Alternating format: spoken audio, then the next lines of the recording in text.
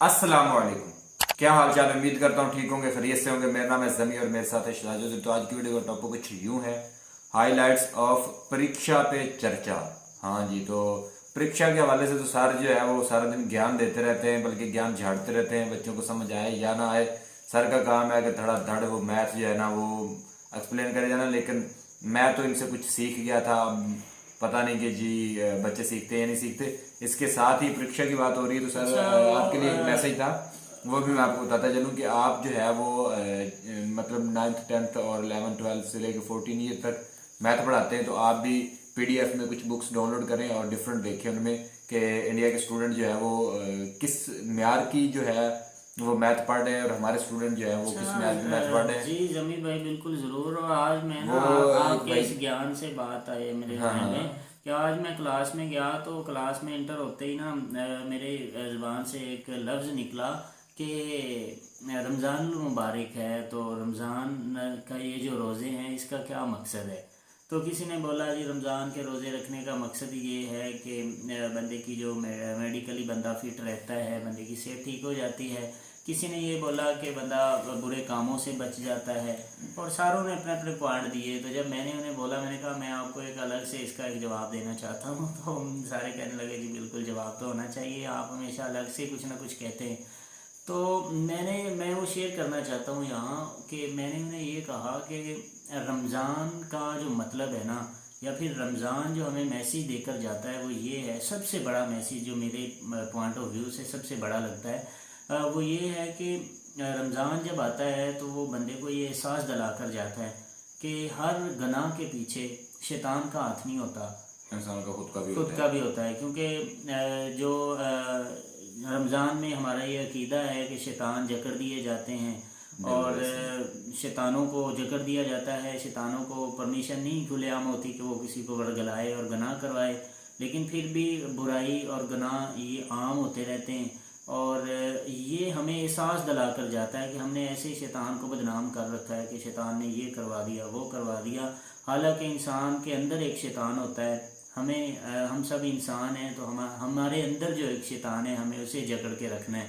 ये रमज़ान हमें एक दर्स देता है। बिल्कुल ऐसे ही है वो। जैसे कि एक उसके अलावा भी एक वर्ड है हाँ कि अगर इंसान ने अपने नफ्स को मुतमईन कर लिया तो मतलब उसके लिए सारी दुनिया और आखिरत दोनों की जो है वो सारा कुछ भलाई है। भलाई है। तो नफ्स यही होता है, अपना खुद का शैतान उसको कंट्रोल में रखें तो सारा कुछ सेट है जी। तो आज की वीडियो के रिलेटेड परीक्षा पे चर्चा, तो देखते हैं जी आज की वीडियो, एंड पे देखें अपना रिएक्शन।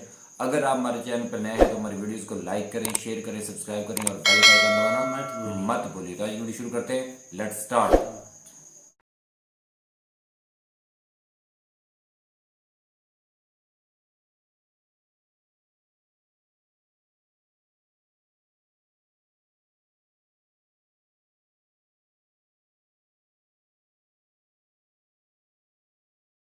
विवेकानंद स्कूल की कक्षा 12वीं की छात्रा खुशी जैन आपसे प्रश्न पूछना चाहती हैं।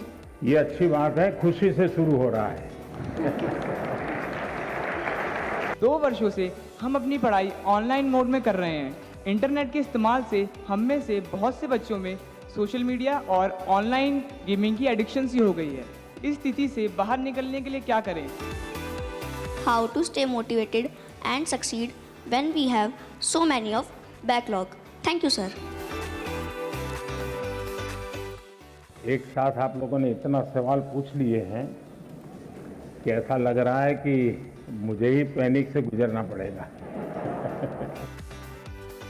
थोड़ा अपने आप को पूछिए कि जब आप ऑनलाइन रीडिंग करते हैं तो सचमुच में रीडिंग करते हैं कि रील देखते हैं।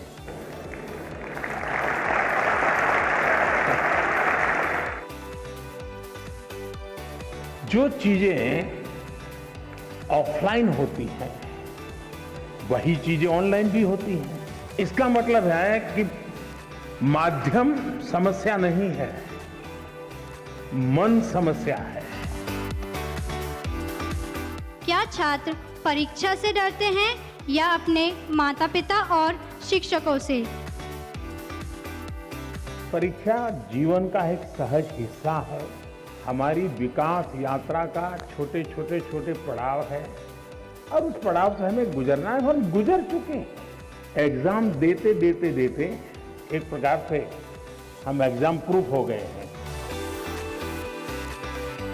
दिन भर में कुछ पल ऐसे निकालिए कि जब आप ऑनलाइन भी नहीं होंगे, ऑफलाइन नहीं होंगे, इनर लाइन होंगे। हमारे 8वीं 10वीं कक्षा के बच्चे 3D प्रिंटर बना रहे हैं।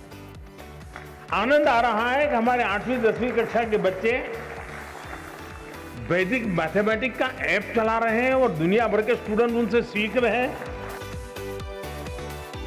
मैं परीक्षा संबंधी तनाव से कैसे निपटूं? अगर मेरे अंक अच्छे नहीं आए तो क्या होगा? कि आप कभी एग्जाम को ही एक चिट्ठी लिख दो, हे डियर एग्जाम,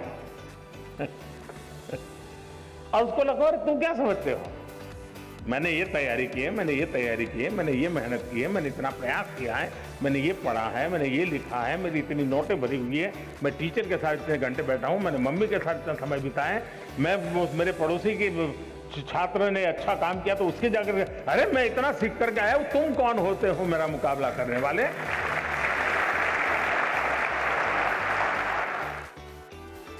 जो इस वर्तमान को जान पाता है, जो इस वर्तमान को जी पाता है, उसके लिए भविष्य के लिए कभी भी क्वेश्चन मार्क नहीं होता है। इसका मतलब कि आप पर प्रेशर है टीचर का, आप पर प्रेशर है पेरेंट्स का, और इसलिए आपको उलझन है कि मैं मेरे लिए कुछ करूं कि उनके कहने पर करूं। अब उनको समझा नहीं पा रहे हैं और मैं अपना छोड़ नहीं पा रहा हूं, ये आपकी चिंता मैं महसूस कर रहा हूं। मुझे समाज से भी यही आग्रह है कि आप बेटे बेटी में कोई अंतर मत कीजिए, दोनों को समान अवसर दीजिए। और मैं कहता हूं शायद समान इन्वेस्टमेंट से ही, समान अवसर से ही अगर बेटा 19 करेगा तो बेटी 20 करेगी। अगर मैं मेरे कर्तव्यों का पालन करता हूं, मतलब कि मैं किसी के अधिकार की रक्षा करता हूं, हमारे देश में किसी को अपने अधिकारों के लिए लड़ना न पड़े, ये हमारा कर्तव्य है। और उस कर्तव्य का उपाय भी हमारा कर्तव्यों का पालन है। अगर हम कर्तव्यों का पालन करते हैं, हमारे लिए जो जिम्मेवारियां हैं उसको पूरा करते हैं। हाँ जी, तो वीडियो जो है वो ख़त्म हो चुकी है और वीडियो में जो है वो बहुत कमाल की बातें बताई गई। तो ना परीक्षा रिलेटेड बात हुई तो मुझे एक बात याद आ गई, फिर इस टॉपिक पे आएंगे, फिर बात करेंगे। वो ना एक हमारे सर बता रहे थे, मतलब हमने सुना ऐसे ही पढ़ते पढ़ते ना कुछ बातें होती हैं जो टीचर के तवज्जुह से ही आती हैं।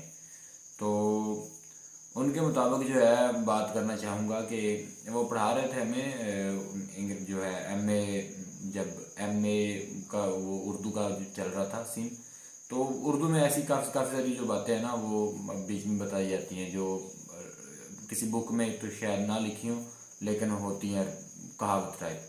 तो वो बता रहे थे जी कि ना किसी के घर में कोई ना मेहमान आ गए, तो मेहमान के आगे उन्होंने जो है वो काफ़ी सारा दस्तरखान लगवाया और लगा के उसके ऊपर रंग बिरंगे खाने लगा दिए और साथ में एक डंडा रख दिया।